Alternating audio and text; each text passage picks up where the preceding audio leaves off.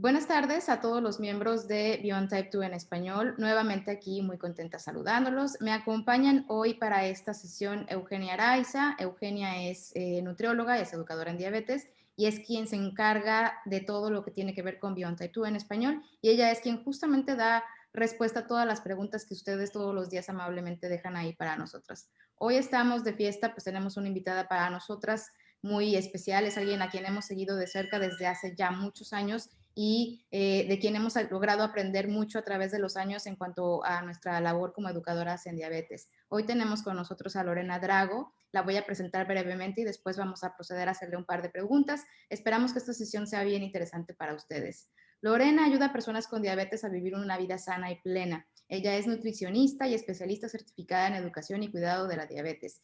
Es experta en los aspectos multiculturales de la educación para el automanejo de la diabetes. Fundó Hispanic Foodways, una organización dedicada a programas innovadores de educación en salud, nutrición y diabetes. Esta iniciativa recibió un premio como una de las mejores microempresas de la ciudad de Nueva York en el año 2006. En 2012, la revista Diabetic Living le otorgó el premio como la mejor educadora en diabetes. Es miembro editorial de la revista de la Asociación Americana de Educadores en Diabetes, In Practice, y además es autora de 3 libros, uno de ellos titulado Más allá del arroz y las habichuelas, la guía caribeña para comer sano con diabetes, Cultural Foods y muchos otros. Además es muy activa en las redes sociales, vamos a compartir con ustedes sus páginas para que puedan ver más o menos lo que Lorena tiene siempre para compartir y van a poder además ver ahí consejos y herramientas, actividades para hacer todo lo que tiene que ver con una consulta nutricional más efectiva, no nada más para personas que vivimos con diabetes, sino también aporta mucha información para quienes nos dedicamos nuestra práctica a ayudar a quienes viven con diabetes. Lorena, no puedo dejar de hablar de ti. Muchísimas gracias por aceptar esta invitación. Para nosotros ha sido bien importante que la hayas aceptado. Bienvenida. Muchas gracias, siempre es un placer estar con ustedes. Qué gusto, Lore. Pero primero lo primero. Se habla mucho sobre la obesidad, pero pocas veces tenemos como esa claridad de realmente a qué se refiere el término de obesidad. ¿Cómo una persona puede identificar si su peso corporal es característico de alguien que tiene obesidad o no? Bueno, primero quiero decir que cuando hablamos de obesidad es una enfermedad crónica, ¿verdad? Y también es progresiva, muy similar a la hipertensión o la alta presión. Entonces, quiero empezar a que tomen conciencia que la obesidad va más allá de solo lo que se come y cuánta actividad física se hace. Por eso siempre escuchamos muchas veces que nos dicen, bueno, la obesidad es simplemente come menos y muévete más. Pero entre más estudiamos y falta mucho, mucho más por estudiar, vemos que no es tan simple como parece. Y la obesidad es una enfermedad crónica porque se tiene que manejar de por vida. Y vemos también que la obesidad la estamos midiendo con el índice de masa corporal, pero esto no es salud y les voy a explicar por qué. Si ustedes ven, hay ciertos deportistas los cuales pueden tener el índice de masa corporal, que es una medida que se calcula dividiendo el peso de la persona en kilos dividido por la talla en metros cuadrados. Entonces, ese valor se compara con las tablas y se ve que si la persona tiene ese valor de índice de masa corporal entre 25 y 29,9 se considera de sobrepeso. Otras personas con obesidad son las que tienen el índice de masa corporal entre 30 y 39,9 y obesidad severa es igual o más alta que 40. Entonces volvemos otra vez a retomar. Una persona que tiene un índice de masa corporal que a lo mejor sea de 28 o a lo mejor sea de 30, no necesariamente esa persona puede ser obesa. Puede ser que tenga más masa muscular, que lo hace que pese más, pero sin embargo no es obesidad. Entonces, eso era lo que quería aclarar. Y que muchas veces, y que se considera una enfermedad. No solamente es, bueno, porque comió mucho o porque no ha hecho tanto ejercicio. Sabemos que hay una relación directa entre obesidad y diabetes tipo 2, pero también sabemos, y las educadoras en diabetes hacemos mucho énfasis en que no es la única causa o el factor de riesgo para desarrollar diabetes tipo 2. ¿Cuál es esta relación que hay entre una y la otra, Lore? Bueno, es algo tan interesante, ¿verdad? Es como que vino primero, el huevo o el pollo. Y lo que sabemos es esto, por seguro, es que hay una relación entre obesidad y diabetes tipo 2. Sabemos que no todas las personas que tienen sobrepeso u obesidad desarrollan diabetes, pero el 90 o más por ciento de las personas con diabetes tipo 2 tiene sobrepeso o tiene obesidad. Entonces, se han sugerido diferentes factores que puedan ser los que causen esa relación.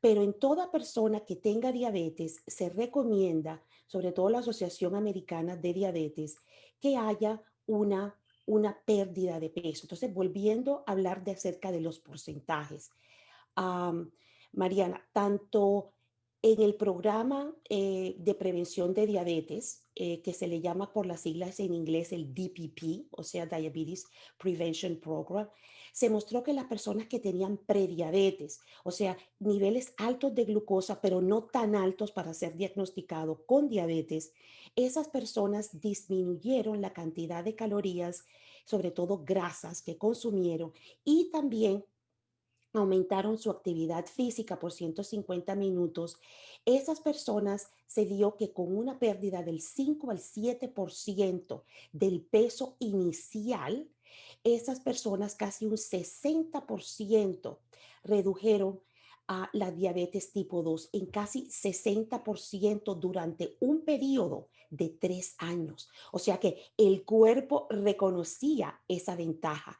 que se había hecho. Entonces también se ve que personas que ya tienen diabetes, cuando pierden peso, y no estamos hablando acerca de una cantidad de peso perdido, pero puede ser el 10% al 15% del peso corporal iniciado. Eso también fue visto en otro estudio que se llama el Look Ahead, o sea, la acción de salud para la diabetes o mirando hacia el futuro. Y eso involucró, creo que fueron más de 5,000, sí, más de 5,000 personas que involucró el estudio, y esas personas también tuvieron una reducción en el A1C. Y entonces, con todo esto que nos estás platicando, la reducción de peso, también uno de los efectos benéficos sería la prevención de la diabetes tipo 2. Y si una persona que vive con diabetes tipo 2 Correcto, pierde como lo peso, demostró. y si una persona que ya tiene diabetes tipo 2 y pierde peso, puede normalizar la glucosa en sangre o revertir el diagnóstico de la diabetes tipo 2. Eso es algo muy interesante, ¿verdad? Y vuelvo a mencionar otro estudio, porque es lo que los estudios son los que nos guían a poder entender esta relación entre obesidad y diabetes tipo 2 y el por qué la obesidad puede conducir a eso. Entonces, me voy a referir al estudio de Diabetes Remission Clinical Trial, que las siglas en inglés sería DIRECT, o sea, como directo. Ese fue un estudio muy interesante porque las personas siguieron una dieta líquida, totalmente líquida. Y el 46% de las personas que siguieron esa dieta líquida tuvieron remisión de su diabetes al año. Y solamente cuando se compara con el otro grupo, ¿verdad? Que no recibió esta dieta líquida, pero sin embargo estaba reduciendo la cantidad de calorías, solo un 4% de esas personas tuvo una remisión. Entonces estamos viendo 46%, ¿verdad? Comparado con un 4% de esas personas tuvieron la remisión. Y ¿Cuánto fue el porcentaje? Unos 15% del peso. Quiere decir que una persona que empezó pesando 200 libras perdió 30 libras. Entonces, uno de los doctores que fueron partícipes de este estudio se dio cuenta de que aunque muchas personas pudieron perder peso en la dieta líquida, fue un 46%, pero entonces tenemos a un 54% que aún después de perder peso no tuvo esa remisión de la diabetes tipo 2. Entonces todavía no se sabe exactamente por qué en ciertas personas puede ayudar, pero no en todas. Entonces, otra cosa que también se vio que quiero agregar porque creo que es muy importante, y eso también lo vi cuando estuve trabajando como directora del programa bariátrico, y era que en ese programa las personas que am, tenían, pues se hacían la operación bariátrica, esas personas también se revertía la diabetes aun cuando no habían perdido una 10%, 15% de su peso inicial, que era algo que a mí me resultaba pues muy interesante de ver cómo esas personas, sobre todo aquellas que fueron recientemente diagnosticadas con diabetes, tienden a tener mejores resultados cuando hay pérdida de peso o cuando hay cirugía bariátrica. El decir revertir, eso es como que bien importante porque luego la gente dice, ya se me quitó la diabetes, ¿no? No se quita, la pones como Correcto. en pausa y en el momento en que quizá cambies esos hábitos y regreses a los hábitos de no hacer ejercicio, sedentarismo, comer comida chatarra y demás, regresa, o sea, no es como magia, no es como que ya se me quitó y ya no regresa. Eso como que creo que es como algo que luego tenemos como el conflicto de decir, ay, ya se me quitó, no se me quitó y así. Sí, correcto. Entonces, por eso es que muchas veces cuando yo leo o cuando las personas me dicen que la diabetes se curó, entonces por eso es que yo utilizo las palabras correctamente. Yo digo remisión. Remisión hasta ahora no es cura. Y lo que vimos con ese Diabetes Remission Clinical Trial, ¿verdad? Las personas que perdieron el peso y tenían una dieta líquida, y tenemos que ver qué tan realista es que tú y yo o todas las personas que estemos aquí con o sin diabetes, solamente tomemos nuestros nutrientes todos los días. Es muy difícil hacer eso y sostenerlo por meses y meses y meses. Y también lo que estamos viendo es qué sucede. Entonces, algo que fue para mí interesante es que parece ser de que las células beta, que son las células encargadas de producir esa insulina, están dormidas, para utilizar esa palabra, dormidas cuando hay más grasa, ya sea en el páncreas, ya sea en el hígado. Cuando ya empieza a disminuirse esa cantidad, parece ser que esas células se despiertan. Pero si hay problemas en el metabolismo, que es lo que sucede muchas veces, em, entonces ahí empieza de nuevo a elevarse esos niveles de glucosa. Y para mí es muy interesante porque en ciertas personas sucede, pero en ciertas otras personas no. Entonces yo creo que lo más importante es, para la mayoría de personas, es ver qué alternativas existen. Podría ser la cirugía bariátrica o simplemente puede ser el mejoramiento, porque hemos visto que no tiene que ser que esa persona que pesaba 200 libras tiene que pesar ahora 110. Vemos que hay un mejoramiento, entonces debemos am, promover que todo esfuerzo es válido. Queda muy claro entonces el importantísimo papel de las nutricionistas en el equipo multidisciplinar, no solo para el cuidado de quienes viven con diabetes, sino como parte de toda la estructura que necesitamos para la vida en general, para promover un estilo de vida saludable y demás. Para las educadoras en diabetes y nutriólogas y educadores en diabetes y nutriólogos que nos están viendo, ¿cuál dirías tú que sería el papel principal o qué papel tendríamos que jugar en este trabajo multidisciplinar para precisamente promover la pérdida de peso en aquellos que necesitan perder peso y una vida saludable, más activa y otros? Bueno, yo diría que el papel más importante es esa conexión con el paciente, no solamente verlo como el comer o no comer, pero ver todo el paciente y apoyar a ese paciente a que empiece a dar pasos que sean más beneficiosos para ellos.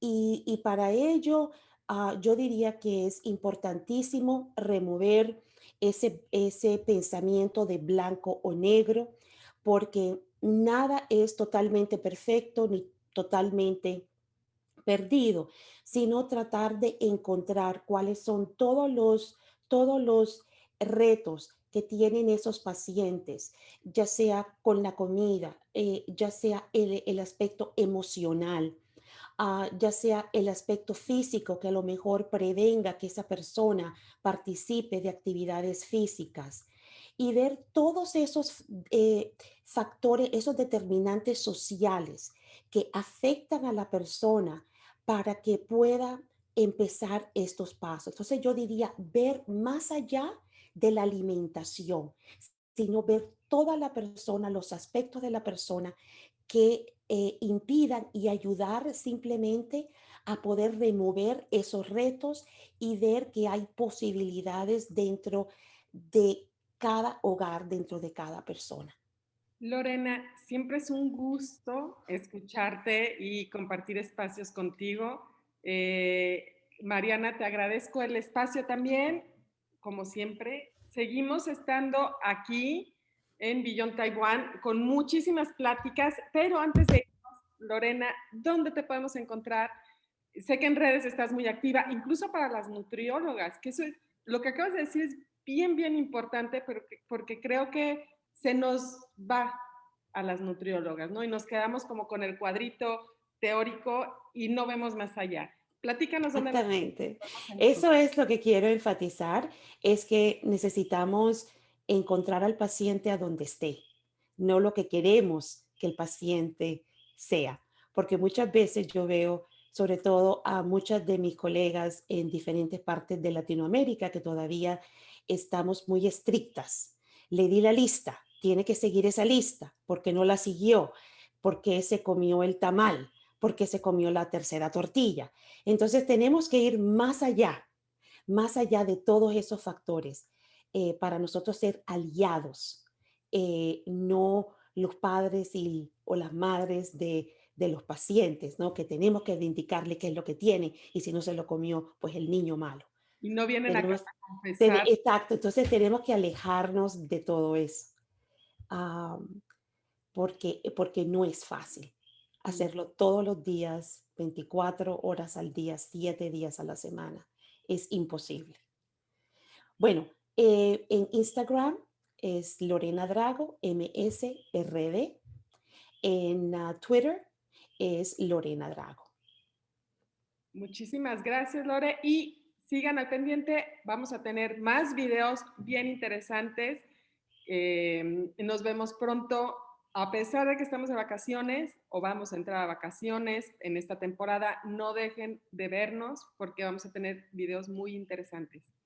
Hasta pronto. Gracias. Chao.